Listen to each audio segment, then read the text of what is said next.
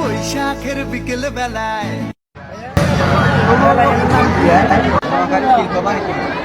ও বাণিজ্য শিল্প আচ্ছা ইয়ে মেলা এর নাম কি আমি তো ভুলে গেছি